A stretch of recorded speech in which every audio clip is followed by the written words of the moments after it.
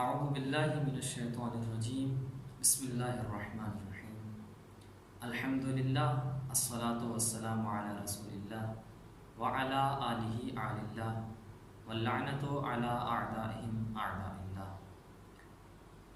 حمد و ثنا ہے اس ذات واجب الوجود کے لیے جو ہر موجود کے وجود کا سبب اصلی ہے۔ ناظرین کرام، آج ہم بات کریں گے انبیاء علیہ السلام کی سیرت، ان کی زندگی کے بارے میں اور ان کے دور میں پیش آنے والے واقعات کے بارے میں کہ کس طرح انبیاء علیہ السلام نے اپنی زندگی میں الہی پیغام کو لوگوں تک پہنچایا اور ان کی قوموں پر کون کون سے عذاب نازل ہوئے۔ جب ہم تاریخ کی بات کرتے ہیں تو تاریخ میں سب سے پہلے اس چیز کا ذکر کیا جاتا ہے کہ اللہ تبارک و تعالیٰ نے اس کائنات کے اندر زمین و آسمان میں ملائکہ اور باقی تمام مخلوقات میں سے سب سے پہلے کس کو خلق فرمایا۔ تو میں کسی طویل بحث میں نہیں جانا چاہتا، فقط اتنا عرض کروں گا کہ جب پروردگار عالم نے حضرت آدم کو خلق فرمایا تو چونکہ حضرت آدم کو مٹی سے خلق فرمایا تھا، مٹی کی فطرت کے اندر تواضع اور انکساری ہے، اس لیے حضرت آدم کی خلقت کے وقت حضرت آدم کا سر جھکا ہوا تھا۔ آواز رب العزت آئی، ارفع رأسک یا آدم، اے آدم ذرا اپنے سر کو اٹھا۔ جب حضرت آدم نے اپنے سر کو اٹھایا تو کیا دیکھا؟ نور یطوف حول عرش الرحمن، ایک نور ہے جو پروردگار کے عرش کا طواف کر رہا ہے۔ تو حضرت آدم نے سوال کیا، پروردگار ابو البشر تو میں ہوں، بشریت میں تو نے سب سے پہلے مجھے خلق کیا، یہ نور کس کا ہے جو تیرے عرش کا طواف کر رہا ہے؟ تو آواز رب العزت آئی، لولاہم لما خلقتک یا آدم، اے آدم اگر یہ نہ ہوتے میں تجھے بھی خلق نہ کرتا۔ تو معلوم ہوا کہ کچھ ایسی ہستیاں حضرت آدم سے پہلے بھی موجود تھیں جو وجہ تخلیق کائنات تھیں، جو مخلوق اول تھیں، جو پروردگار عالم کی پہلی مخلوق تھی، جن کی وجہ سے اللہ نے یہ کائنات بنائی۔ اس لیے تو پیغمبر اکرام اسلام نے بھی فرمایا، اول ما خلق اللہ نوری، کہ اللہ نے سب سے پہلے میرے نور کو خلق فرمایا۔ اور پھر بات یہاں رکی نہیں، انا وعلی من نور واحد، میں اور علی اس ایک ہی نور کے دو حصے ہیں۔ تو اس سلسلے میں، سلسلہ ہدایت کے اندر پروردگار عالم نے جو پہلی حجت کے طور پر اس زمین پر بھیجا وہ حضرت آدم ہیں، ابو البشر حضرت آدم علیہ السلام اللہ کے اس زمین پر پہلے نمائندے ہیں۔ اور ظاہر خلقت حضرت آدم کے بارے میں قرآن کی متعدد آیات موجود ہیں کہ پروردگار عالم نے فرمایا، وَإِذْ قَالَ رَبُّكَ لِلْمَلَائِكَةِ إِنِّي خَالِقٌ بَشَرًا مِّن طِينٍ، کہ میں ایک مٹی سے بشر بنانے والا ہوں۔ تو حضرت آدم کو مٹی سے خلق فرمایا اور پھر خلق فرمانے کے بعد یہ کہا، فَإِذَا سَوَّيْتُهُ وَنَفَخْتُ فِيهِ مِن رُّوحِي فَقَعُوا لَهُ سَاجِدِينَ، کہ جب میں اس میں اپنی روح پھونک دوں تو تم سارے کے سارے اسے سجدہ کرنا۔ سوال یہاں یہ پیدا ہوتا ہے کہ فرمایا کہ جب میں اپنی روح پھونک دوں تو کیا خداوند عالم کوئی روح رکھتا ہے؟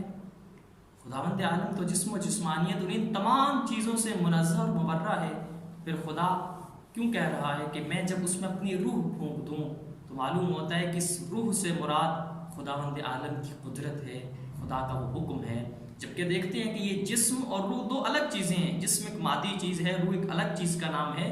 یہ خداوند عالم کی قدرت ہے کہ جس کی وجہ سے یہ جسم اور روح آپس میں تعلق پاتا ہے۔ تو اس روح سے مراد خداوند عالم کی قدرت ہے، جیسے کہ قرآن کی آیت میں بھی کہا کہ یسألونک عن الروح قل الروح من امر ربی، کہ یہ روح کیا ہے؟ یہ خداوند عالم کا امر ہے۔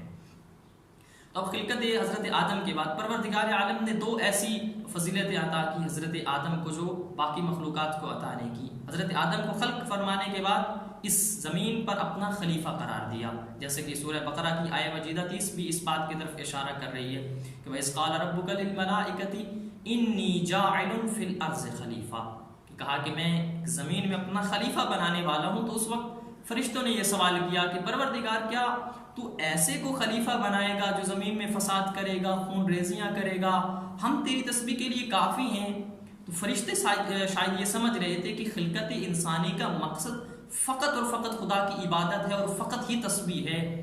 تو فرشتوں نے یہ سوال کیا کیا ضرورت ہے، ہم موجود ہیں تسبیح کے لیے، ایسی مخلوق کو خلق کرنے کا کیا فائدہ ہے. سوال یہاں یہ پیدا ہوتا ہے کہ یہ فرشتوں نے کیوں ایسا کہا کہ یہ خون ریزیاں کریں گے، فساد، کیا آیا کوئی ایسی مخلوق موجود تھی؟ حضرت آدم ابو البشر ہیں، بشریت میں سب سے پہلے حضرت آدم کو خلق کیا جا رہا ہے، تو پھر کیوں یہ فرشتوں نے سوال کیا؟ تو ہم اس کے جواب میں یہ عرض کر سکتے ہیں کہ شاید اس وجہ سے کہ وہ لوح محفوظ سے ان کے پاس علم موجود تھا اور یہ جانتے تھے کہ یہ آگے جانے والے واقعات کس طرح سے ہو سکتے ہیں. اور دوسری بات یہ کہ فرشتے چونکہ اس خلقت کو جانتے تھے کہ اس خلقت کے اندر شہوت بھی موجود ہے، غضب بھی موجود ہے، تو پھر ظاہر ہے جب آگے چل کر ان کو ایک معاشرے کی صورت میں رہنا ہے تو شہوت بھی ہے، غضب بھی ہے، جب آپس میں مفادات ٹکرائیں گے تو ہو سکتا ہے فساد ہو. اسی بنیاد پر وہ پروردگار عالم سے یہ سوال کرتے ہیں. پروردگار عالم نے ایک جواب دے کر فرشتوں کو خاموش کروایا، انی اعلم ما لا تعلمون، جو میں جانتا ہوں وہ تم لوگ نہیں جانتے. تو حضرت آدم کو خلیفہ بنایا اور پھر یہ حکم ہوا کہ سارے فرشتے سجدہ کریں. تمام فرشتوں نے سجدہ کیا الا ابلیس ابا واستکبر وکان من الکافرین. ابلیس نے انکار کیا سجدے سے، اس نے انکار کیا اور کیا کہتا ہے خدا سے، پروردگار مجھے اس ایک سجدے سے بچا لے، میں اس کائنات کے چپے چپے پر تیری عبادت کروں گا، اتنی عبادت کروں گا کہ کائنات میں ایسی عبادت کسی نے نہیں کی ہوگی، بس مجھے ایک سجدے سے بچا لے. جب اس نے یہ سوال کیا تو پروردگار عالم نے کہا، یاد رکھ عبادت وہ نہیں جو تیری مرضی کا نام ہو، عبادت وہ ہے جو میری مرضی کا نام ہو. اور اس کے بعد سوال کیا پروردگار عالم نے، ما منعک اللہ تسجد اذ امرتک، جب میں نے تجھے حکم دیا تو کس چیز نے تجھے منع کیا کہ تو میرے امر پر عمل نہ کرے اور سجدہ نہ کرے؟ تو کیا کہتا ہے، قال انا خیر منہ خلقتنی من نار وخلقتہ من طین، کہ میں اس سے بہتر ہوں کہ آدم کو مٹی سے خلق کیا ہے اور مجھے آگ سے، لہٰذا میں بہتر ہوں، اس وجہ سے سجدہ نہیں کروں گا. تو آواز رب العزت آئی، فخرج فإنک رجیم، نکل جا میری بارگاہ سے، دور ہو جا. اس وقت راندے درگاہ الہی کر دیا گیا اور فرمایا فإن علیک لعنتی الی یوم الدین، قیامت تک تو لعنتی ہے اور لعنت کا مستحق قرار پائے گا. خداوند عالم کی لعنت کا مطلب یہ ہوتا ہے کہ اس دنیا میں خداوند عالم کی رحمت اور توفیق سے محروم کر دیا گیا اور آخرت میں خداوند عالم کے عذاب کا مستحق قرار پایا. اب جب اس نے سجدہ نہیں کیا اور نکال دیا گیا تو اس وقت اس نے مہلت طلب کی، پروردگار مجھے مہلت دے دے تاکہ میں رہوں.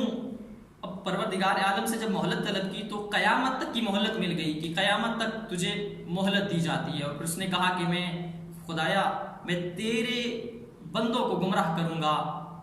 تو جب یہ کہا کہ میں تیرے بندوں کو گمراہ کروں گا تو پروردگار نے بھی یہ کہہ دیا، جا جس کو مرضی جا کر گمراہ کر، لیکن میں پروردگار بھی تجھ سے وعدہ کرتا ہوں جو میرا بندہ ہوگا وہ کبھی بھی تیری بات نہیں مانے گا.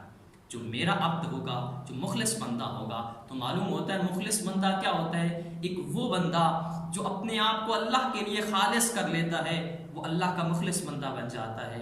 اور جو انسان مخلصین میں شامل ہو جاتا ہے پھر شیطان کی کوئی بھی بات اس پر اثر نہیں کرتی. اور یہاں ایک سوال پیدا ہوتا ہے اور اسی پر اپنی بات کو مکمل کروں.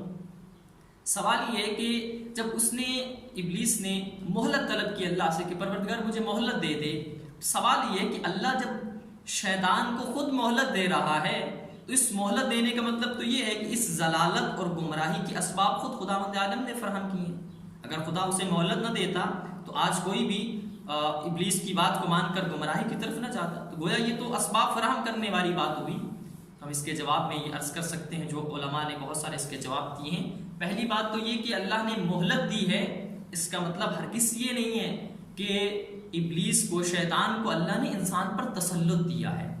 ہرگز بھی کوئی تسلط نہیں ہے کہ شیطان مجبور کرتا ہے انسان کو گناہ کرنے پر، ایسا نہیں ہے. بلکہ وہ شیطان انسان کے پاس آتا ہے اور اس گناہ کو خوشنما بنا دیتا ہے انسان کے لیے، اس کو لالچ دیتا ہے اس چیز کی طرف، اس کے لیے خوشنما بنا دیتا ہے اور پھر انسان اس کے بہکاوے میں آ کر وہ وہ گناہ انجام دے دیتا ہے۔ اور دوسری بات یہ کہ اگر ایک طرف ابلیس کی ضلالت موجود ہے تو اس کے برعکس اللہ نے ہدایت کا انتظام بھی فرمایا ہے، رشد و ہدایت کے لیے اپنے ہادی بھی بھیجے ہیں، اور پھر یہاں انسان خیر اور شر کے درمیان کھڑا ہے اور انسان کو یہ اختیار دے دیا اب تیری مرضی ہے، چاہے شر کی طرف چلا جا چاہے خیر کی طرف چلا جا۔ اس لیے کہ یہ انسان کی آزمائش کرنا بھی مقصود تھی، اور آزمانا تھا کہ کون سا انسان ہے جو خیر کی طرف جاتا ہے، کون سا انسان ہے جو شر کی طرف جاتا ہے۔ پھر وہ انسان کہ جو اپنی خواہشات پر اپنی عقل کو حاوی کر لیتا ہے تو پھر اس کے بارے میں یہ کہا جاتا ہے وہ انسان کہ جو اپنی عقل کی بات کو مانتا ہے اور خواہشات پر اپنی عقل کو حاوی کر دیتا ہے، وہ انسان فرشتوں سے افضل قرار پاتا ہے۔ اور وہ انسان کہ جو شر کی طرف چلا جاتا ہے اور اپنی خواہشات پر عمل کرتا چلا جاتا ہے، پھر قرآن اس کے بارے میں کہتا ہے لہم قلوب لا یفقہون بہا ولہم اعین لا یبصرون بہا ولہم آذان لا یبصرون بہا اولئک کالانعام بل ہم اضل۔ یہ ایسے لوگ ہیں، دل ہیں سمجھ نہیں سکتے، آنکھیں ہیں دیکھ نہیں سکتے، کان ہیں لیکن سن نہیں سکتے، اولئک کالانعام بل ہم اضل۔ ایسے لوگ ہیں کہ جو جانوروں کی طرح ہیں بلکہ اس سے بھی بدتر ہیں۔ تو خداوند عالم سے دعا کرتے ہیں کہ خداوند عالم ہمیں انبیاء اور ائمہ کی سیرت پر عمل کرنے کی توفیق عطا فرمائے۔ السلام علیکم ورحمۃ